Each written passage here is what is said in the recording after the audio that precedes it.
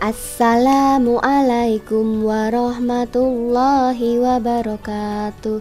Selamat pagi anak-anak. Kita bertemu lagi dalam pelajaran pendidikan Pancasila dan kewarganegaraan.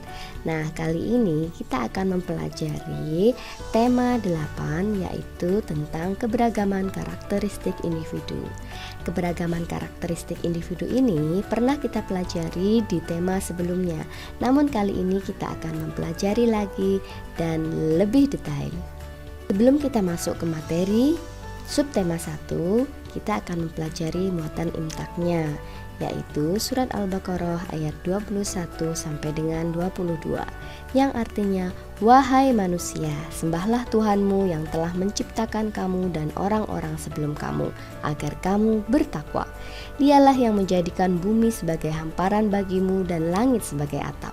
Dan dialah yang menurunkan air dan hujan dari langit. Lalu dia hasilkan dengan hujan itu buah-buahan sebagai rizki untukmu.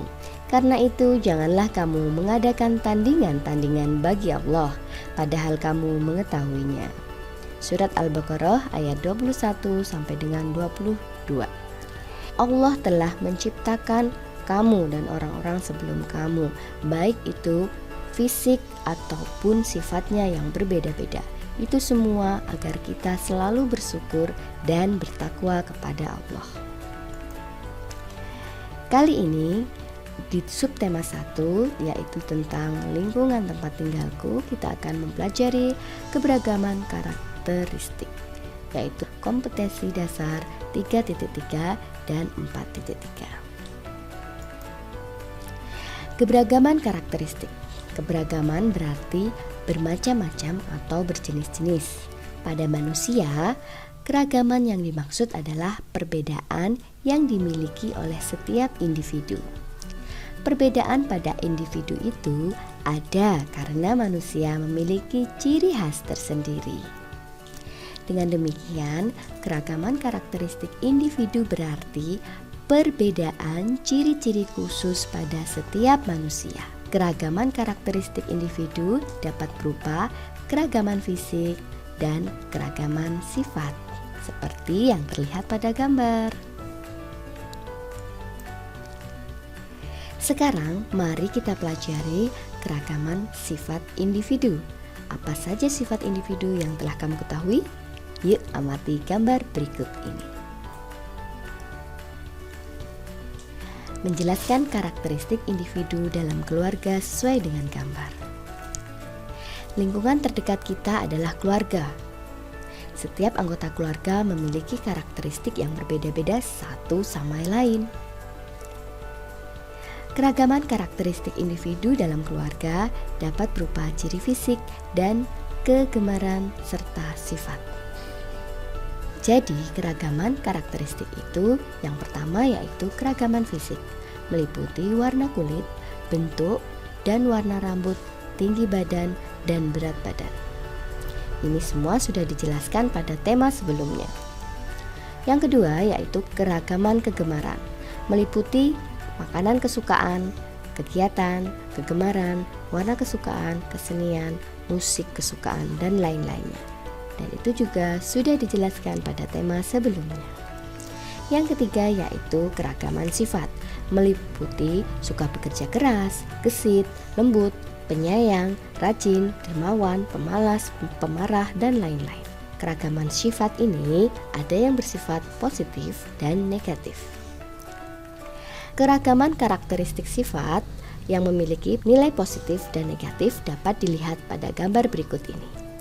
Gambar pertama, coba kita amati. Kira-kira positif apa negatif ya? Apa ya? Yang kedua, yang ketiga, yang keempat, dan kelima. Silahkan amati. Baik, setelah kalian amati, maka gambar pertama menunjukkan bahwa gambar tersebut menunjukkan anak yang rajin bekerja. Yang kedua, pemalas, terlihat dari sudah pukul 8 tetapi masih menonton TV, kemudian ruangannya masih berantakan. Kemudian gambar yang ketiga ternyata pemarah karena menyalahkan orang lain. Yang keempat, penolong karena menolong sesama yang terjatuh dari sepeda. Dan yang terakhir yaitu dermawan atau suka berbagi atau menolong sesamanya. Nah, dari gambar tadi kita juga belajar tentang keberagaman karakteristik sosial. Bagaimanakah karakteristik pelajar di Yogyakarta? Nah, saat ini daerah Yogyakarta sudah dihuni banyak suku bangsa di Indonesia, seperti suku Jawa, Sunda, Batak, serta etnis Tionghoa. Oleh karena itu, karakteristik pelajar yang ada di Yogyakarta beragam. Di sekolah, setiap pelajar harus bisa menghormati keragaman karakteristik, di antaranya mau berteman dengan anak dari daerah lain tanpa memandang agama maupun sukunya. Begitu juga saat di lingkungan tempat tinggal. Para pelajar dari berbagai daerah yang tinggal di satu lingkungan harus hidup rukun. Manusia harus hidup rukun di tengah-tengah perbedaan. Perbedaan adalah karunia Tuhan. Perbedaan merupakan sarana untuk saling mengenal.